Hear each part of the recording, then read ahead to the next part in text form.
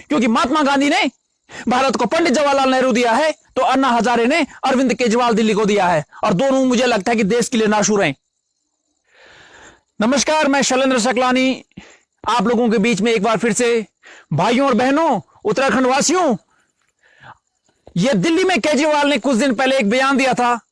दिल्ली में गाजीपुर एक जगह है और वहां पे कूड़ा करकट का एक ढेर है, जो कि भारत का ही नहीं एशिया का सबसे बड़ा कूड़ा करकट का ढेर है। दुनिया भर की गंदगी वहां पे होती है, और केजरीवाल ने उस कूड़े करकट की ढेर की तुलना उत्तराखंड के नंदा देवी के पर्वत से की थी। आपको बता दूं, गाजीपुर में जो कूड़ा करकट का ढेर है, वो उस ढेर में दुनिया भर के आवारा पशु घूमते हैं, कुत्ते घूमते हैं, न जाने क्या क्या वहां पे होता है।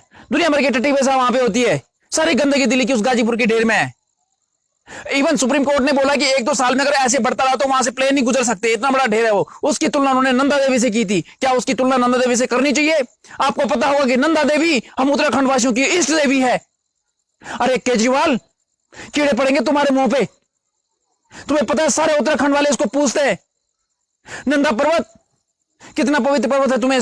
तुम्हें क्या मालूम होगा? तुम तो हो ही नहीं उत्तराखंड से, तुम कैसे इसकी तुलना उससे कर सकते हो? और भाइयों, 22 फरवरी की रात क्या आप भूल गए हैं? 22 फरवरी को हमारा एक लाल, उत्तराखंड का लाल, दलवीर नेगी पौड़े का रहने वाला एक लड़का 6 महीने पहले दिल्ली में काम करने के लिए जाता है, और शाहीन बाग के दंगों में बड़ी बर्बरता के साथ उसको मारा जाता है। और शाहीन बाग के दंगे करवाने में आपको पता है कि आतंकवादी ताहिर हुसैन का हाथ है। ताहिर हुसैन तो आपको पता ही होगा, आम आदमी पार्टी का पार्षद, आम आदमी पार्टी का नेता। दिल्ली को उसने दंगों में जला दिया। ये दलवीर नेगी का पहले तलवार से एक हाथ काटा जाता है, दूसरा हाथ काटा जाता है, उसके बाद उसकी टांगें काट दी जाती हैं, और उसके बाद उसको जलते हुए आग के गोले में फेंका जाता है। अरे इतना बदसलूक तो जानवरों के साथ भी नहीं किया जाता भाई। तुम करना क्या चाहते हो? तुमने दिल्ली जला दिया और अब तुम उत्तराखंड आना चाहते हो। अभी इन्होंने घोषणा की है ये उत्तराखंड में आगामी आने वाले चुनाव में अपनी सरकार बनाएंगे। क्यों? क्या तुम उत्तराखंड को भी शाहीन बाग बनाना चाहते हो? क्या उत्तराखंड को भी जलाना चाहते हो?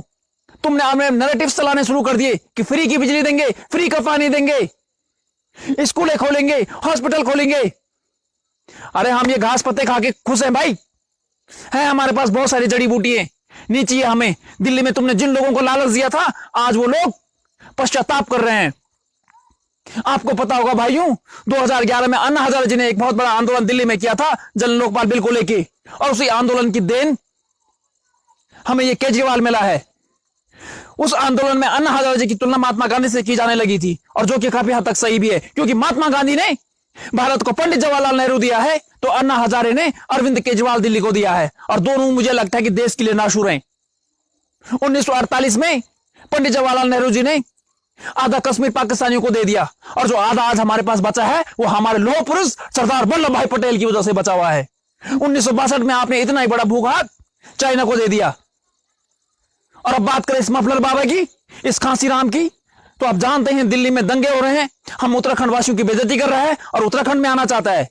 अरे तुम्हें पता होगा उत्तराखंड एक पहाड़ी राज्य है, और यहां पे खांसी वालों का दम घुटता है, इसलिए आप वही रहें, ऐसा ना हो यहां आके आपका दम घुट जाए। और उत्तराखंड तो बहुत दूर की बात है, तुम्हें पता लग जाएगा इस बार दिल्ली में भी तुम अपनी सरकार नहीं बचा पाओगे।